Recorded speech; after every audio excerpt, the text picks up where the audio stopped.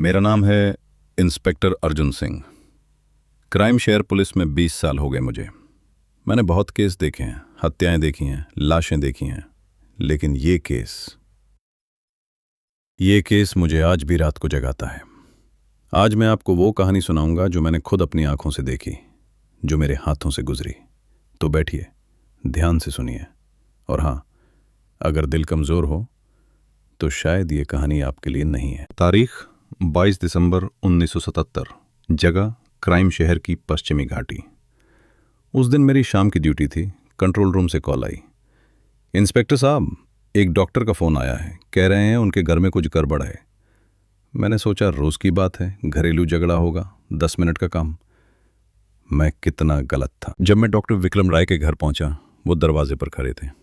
25 साल के अनुभव वाला डॉक्टर, जिसने जिंदगी और मौत दोनों देखे हों। वो थर थर कांप रहा था। मैंने उनका हाथ थामा, बर्फ जैसा ठंडा। क्या हुआ डॉक्टर साहब? उन्होंने जो बताया वो सुनकर मेरी भी रीढ़ में सिहरन दौड़ गई। शाम को उनके घर की घंटी बजी थी। दरवाजे पर 2 लोग थे।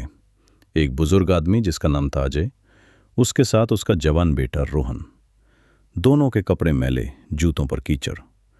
वो आए थे अपनी बेटी सोनिया से मिलने, जो डॉक्टर विक्रम के घर काम करती थी। डॉक्टर विक्रम ने सोनिया को बाहर बुलाया और खुद अंदर चले गए। लेकिन कुछ था जो उन्हें बेचैन कर रहा था। वो एक दीवार की आड़ में रुक गए सुनने के लिए, और अगले कुछ सेकंड में उन्होंने जो सुना वो किसी भी इंसान के लिए बर्दाश्त से बाहर था। अजय ने अपनी 15 साल की बेटी से कहा, बेटा, हम तेरी माँ और दोनों बहनों को मार कर आ रहे हैं। मैं जब यह सुन रहा था डॉक्टर विक्रम से, मैंने उनकी बात बीच में रोकी। डॉक्टर साहब, 1 मिनट। आप कह रहे हैं बाप ने अपनी बेटी को बताया कि उसने घर में 3 हत्याएं की हैं? हाँ इंस्पेक्टर साहब। और बेटी ने क्या किया? डॉक्टर विक्रम की आंखें भर आईं। उसने बाप का हाथ थामा, अपने गाल से लगाया और कहा, आपने जो ठीक समझा वही किया। आपने सही किया। मेरी पुलिस वाली जिंदगी में पहली बार मुझे समझ नहीं आया कि अगला कदम क्या हो। मैंने गहरी सांस ली, नोटबुक निकाली और काम शुरू किया। मैं बाहर आया। अजय, रोहन और सोनिया तीनों एक बेंच पर बैठे थे, बिल्कुल शांत, जैसे किसी बस स्टैंड पर इंतजार कर रहे हों। मैंने अजय के सामने खड़े होकर पूछा, सीधे, बिना लाग लपेट के, क्या तुमने 3 हत्याएं की हैं? अजय ने मेरी आंखों में देखा, एक पल भी नहीं हिचकिचाया। हाँ। कहाँ? अपने घर में। क्यों? और यहां उसने जो जवाब दिया वो मेरी नोटबुक में आज भी लिखा है। ये हमारा धार्मिक मामला है, परिवार का आंतरिक मामला। इसमें कानून का कोई काम नहीं। मैंने उसकी तरफ देखा। वो झूठ नहीं बोल रहा था, वो डरा हुआ नहीं था, वो पागल नहीं लग रहा था, वो आश्वस्त था। और यही सबसे खतरनाक बात थी। मैंने तुरंत अपनी टीम को उस पते पर भेजा जो अजय ने बताया था। 15 मिनट बाद मेरे फोन पर एक कॉल आई।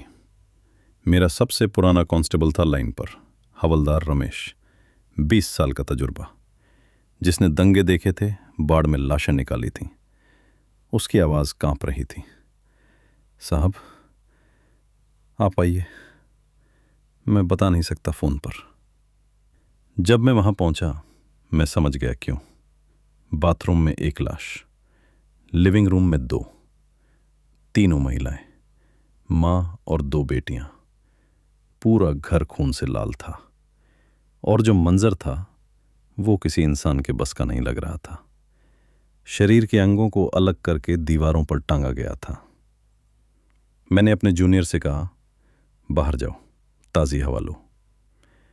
खुद मैं वहां कितनी देर खड़ा रहा याद नहीं। गिरफ्तारी के बाद जांच शुरू हुई, और धीरे धीरे जो सच निकला वो किसी फिल्म से भी ज्यादा अजीब था। अजय कोई साधारण आदमी नहीं था। वो एक धार्मिक पंथ का मुखिया था, नोबल सोसाइटी, करीब 100 लोगों का एक बंद ग्रुप, जिनकी सोच थी सिर्फ हम 100 लोग ही असली इंसान हैं, बाकी पूरी दुनिया शैतान है। मैंने जब ये पढ़ा फाइल में तो एक पल के लिए हंसी आई, फिर याद आया 3 लाशें, दीवारों पर टंगे अंग, हंसी बंद हो गई। अजय का दूसरा बेटा रोहन जब पैदा हुआ तो अजय ने ऐलान किया, यही हमारा नया भगवान है, यही तय करेगा कि हम स्वर्ग कब जाएंगे। 2 दिन के बच्चे को भगवान, पूरे पंथ ने मान लिया। 30 दिसंबर 1977 की शाम, रोहन जो अब जवान हो चुका था अपने पिता के पास आया। पिताजी, आवर ऑफ किलिंग आ गई है। पंथ की मान्यता थी घर की महिलाओं को शुद्ध करके स्वर्ग भेजा जाएगा, और घर की महिलाओं को, माँ को, बहनों को पहले से पता था कि यह दिन आएगा। उन्होंने कोई विरोध नहीं किया। ये बात मुझे सबसे ज्यादा तकलीफ देती है। वो बच सकती थीं, भाग सकती थीं, लेकिन उन्हें यकीन था यही सही है। अजय ने पियानो बजाया, रोहन ने एक एक करके तीनों को मार डाला। सुबह दोनों बाप बेटे उठे, नहाए और चल दिए डॉक्टर विक्रम के घर अपनी बेटी को खबर देने। अदालत में डॉक्टरों की रिपोर्ट आई, दोनों मानसिक रूप से अस्वस्थ हैं, मुकदमा नहीं चल सकता। अजय और रोहन को मानसिक अस्पताल भेज दिया गया, सोनिया को एक महिला आश्रय में। 20 साल बीते। 1997 में एक सुबह अजय और रोहन अस्पताल से फरार हो गए। हमने तलाश की, महीनों, सालों, आज तक कोई सुराग नहीं। ये केस ऑफिशियली आज भी ओपन है। मैंने अपनी जिंदगी में बहुत बुरे लोग देखे, लेकिन सबसे खतरनाक वो नहीं होते जो बुराई जानते हैं और फिर भी करते हैं। सबसे खतरनाक वो होते हैं जो ये मानते हैं कि वो जो कर रहे हैं वो सही है। अजय को कोई पछतावा नहीं था, रोहन को कोई डर नहीं था, और सोनिया को अपनी मां और बहनों की मौत पर कोई दुख नहीं था। यही है अंधविश्वास की सबसे बड़ी ताकत, और यही है उसका सबसे बड़ा खतरा। अपने आसपास नजर रखिए, सवाल पूछिए, सोचिए और अपना ख्याल रखिए। मिलते हैं अगले एपिसोड में। मैं हूं इंस्पेक्टर अर्जुन सिंह, क्राइम शहर से। सुनते रहिए क्राइम शहर, हर कहानी असली इंसाफ की तलाश में।